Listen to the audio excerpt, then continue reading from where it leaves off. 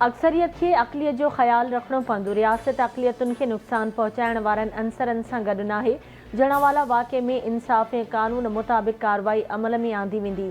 कंहिं सां नाइंसाफ़ी न थींदी। मुआशरे में मज़हबी इंतिहा पसंदी जी का गुंजाइश नाहे। वज़ीर आज़म अनवारुल हक़ काकड़ जो काबीना जे पहिरें इजलास खे ख़िताब। संदसि चवणु आहे त मुआशी मसइलनि जे हल लाइ बहितरीन क़दम खणंदासीं। निगरान हुकूमत जी बहितरीन टीम आहे। यकीन आहे अल्लाह ताला असांखे सुरख़ुरू कंदो। मुक़रर मुदे में पाकिस्तान जी तरक़ीअ जो बुनियाद रखण जी कोशिश कंदासीं। मुल्की ऐं ग़ैर मुल्की सतह ते कयल वाइदनि खे पूरो कंदासीं।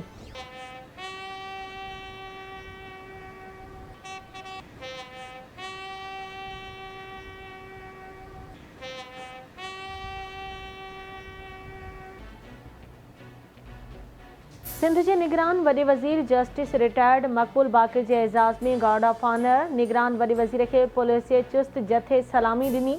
गार्ड ऑफ ऑनर वारी तक़रीब में चीफ सेक्रेटरी सुहेल राजपूत, वक़्ती IG पुलिस इमरान याकूब मिन्हास ऐं ॿिया ऑफिसर शरीक। निगरान वॾे वज़ीर जस्टिस रिटायर्ड मक़बूल बाक़िर जी सलामी थी।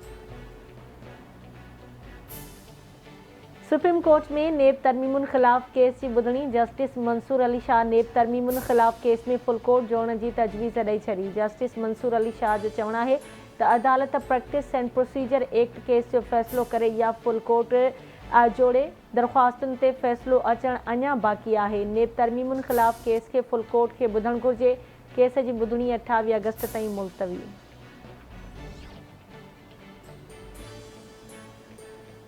आमदनी खां वधीक असासनि वारे केस में मुस्लिम लीग नून जी अॻवान मरियम नवाज़ जी ज़मानत रद्द करण वारी नेब जी दरख़्वास्त 4 सालनि खां पोइ सुप्रीम कोर्ट में ॿुधणीअ लाइ मुक़रर।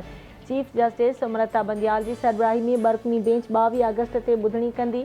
बेंच में जस्टिस सतर मिनल्ला बि शामिल। नेब शमीम शुगर मिल्स केस में आमदनी खां वधीक असासनि जे इल्ज़ाम में मरियम नवाज़ जी ज़मानत रद्द करण लाइ 4 डिसंबर 2019 ते दरख़्वास्त दाख़िल कई हुई।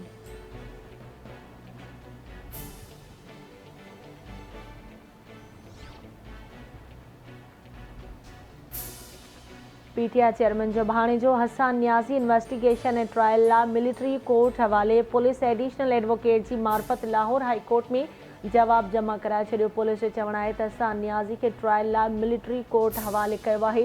हू जिना हाउस ते हमले जो मुख्य जवाबदार नामज़द आहे। हसान नियाज़ी जी बाज़ियाबी लाइ लाहौर हाई कोर्ट में दरख़्वास्त दाख़िल कराई वई हुई।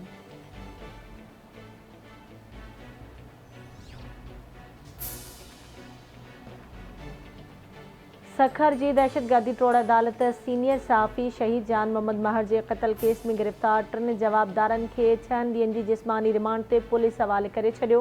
पुलिस गिरफ़्तार जवाबदार बख्श अली उर्फ़ बख्शू महर, संदसि पुटु बाबर महर ऐं मुनवर महर खे अदालत में पेश कयो।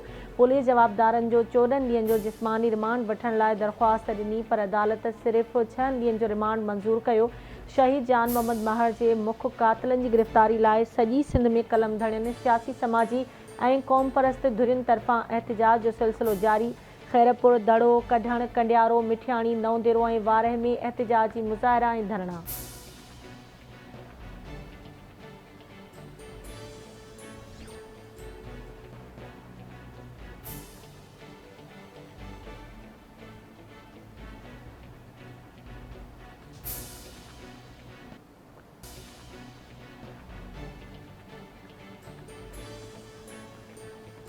नौशर फिरोज़ जे सेशन कोर्ट जे हुक्म खां पोइ राणीपुर जी पीराणी हवेली में तशद्दुद बाद फौत थी वियल नींगरी फातिमा फरड़ो जी क़बर कुशाई ऐं पोस्टमार्टम लाइ मेडिकल बोर्ड जोड़ियो वियो। DG हेल्थ पारां सिविल जज जे हुक्म ते जोड़ियल बोर्ड में नवाब शाह जे PMC जो MS फॉरेंसिक माहिर, प्रोफेसर ऑफ पैथोलॉजी ऐं सीनियर मेडिकल ऑफिसर शामिल।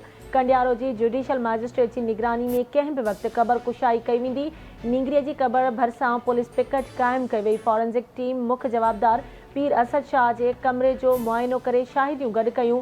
फातिमा फरड़ो जे वाक़े जी जाच लाइ इन्वेस्टिगेशन टीम खानवाहण वेझो ॻोठ अली मोहम्मद फरड़ो पहुती। ASP गंबट, CTD ऐं ॿियनि ऑफिसरनि ते ॿधल टीम मक़तूल नींगरी जे घर पहुची दफ़न थियल कपिड़ा जाच तौरु पंहिंजी तहवील में वठी छॾिया।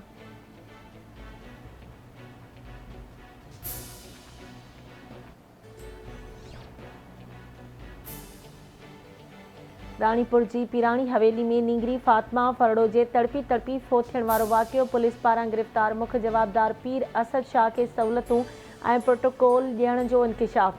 ज़रियनि मूजिबि जवाबदार खे निजी जॻह में तरसायो वियो। फातिमा फरड़ो जे खून सां इंसाफ़ लाइ ख़ैरपुर में सहाफ़ी तंज़ीम जे सर ते SSP ऑफिस अॻियां एहतिजाजी धरणो। मुज़ाहिरीन मक़तूला जी अमड़ समेत सहाफ़ियुनि ऐं शहरियुनि जी वॾे अंग में शिरकत। SSP रोहेल खोसो धरणे वारे हंधि पहुतो। मुज़ाहिरीन सां मुलाक़ात। रोहेल खोसो चवे थो कानूनी घुर्जूं पूरियूं करे क़बर कुशाई करे पोस्टमार्टम करायो वेंदो, जंहिं बाद समूरियूं हक़ीक़तूं साम्हूं अची वेंदियूं। कराची जे इलाइक़े गडाप टाउन में रेंजर्स ऐं SIU जी कार्रवाई। पाबंदी मढ़ियल तंज़ीम दाइश जा घुर्बल 2 दहशतगर्द गिरफ़्तार। रेंजर्स तर्जुमान चवे थो फरमान ऐं दाऊ जे कब्ज़े मां दस्ती बम ऐं हथियार हथ कया विया आहिनि। दहशतगर्द फरमानुल्लाह पाबंदी मढ़ियल तंज़ीम दाइश जो अहम सरगर्म मेंबर आहे। दहशतगर्द KPK ऐं कराची में दहशतगर्द कार्रवाइनि में मुलविस हुआ।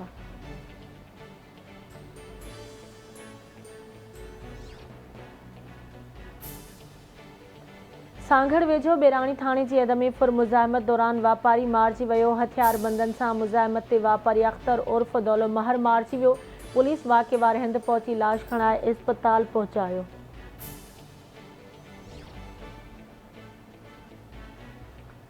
अहमदपुर में शादी का इनकार करण तां 6 हथियारबंदनि घरभातियुनि जी मौजूदगी में नींगरीअ खे ढुड़ाए ढुड़ाए क़त्ल करे छॾियो।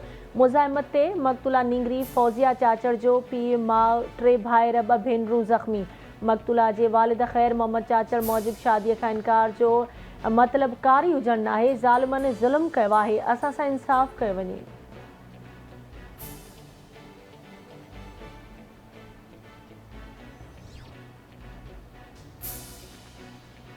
ऐं कढण भरिसां डंपर 2 ॻोठाणनि मथां चढ़ी वियो। हिकु ॼणो फौत, 1 ज़ख़्मी। फौती जी सुञाणप ॻोठ ग़ुलाम मोहम्मद ख़ासखेली वासी मोहम्मद अमीन ख़ासखेली नाले सां थी। मीर मोहम्मद खे ज़ख़्मी हालत में इस्पताल पहुचायो वियो। खानपुर महर में स्कूली ॿारड़ा खणी वेंदड़ बस पीरसन औरत खे चिभाटे छॾियो। हादसे में औरत मुस्मात अरबाब गॾाणी थॾे ते ई फौत थी वई।